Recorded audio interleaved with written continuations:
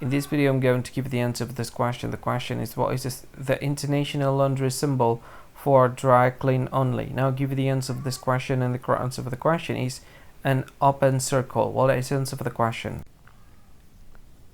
Hi, thank you so much for watching this video. If you find this video is very useful, you can help this channel to grow by subscribing this channel. Please this subscribe button and don't forget to like this video. And if you find this video is not really good, or you don't really like this video, or you kind of feel that it's a little bit offensive or something like that, you can click this one, dislike button. You can do that anyway. And if you want to share this video with your friend, you can share it by clicking this share button, and you can share it to any social media that you wish that is currently available at this time, like Facebook, Twitter, LinkedIn, and many others, right?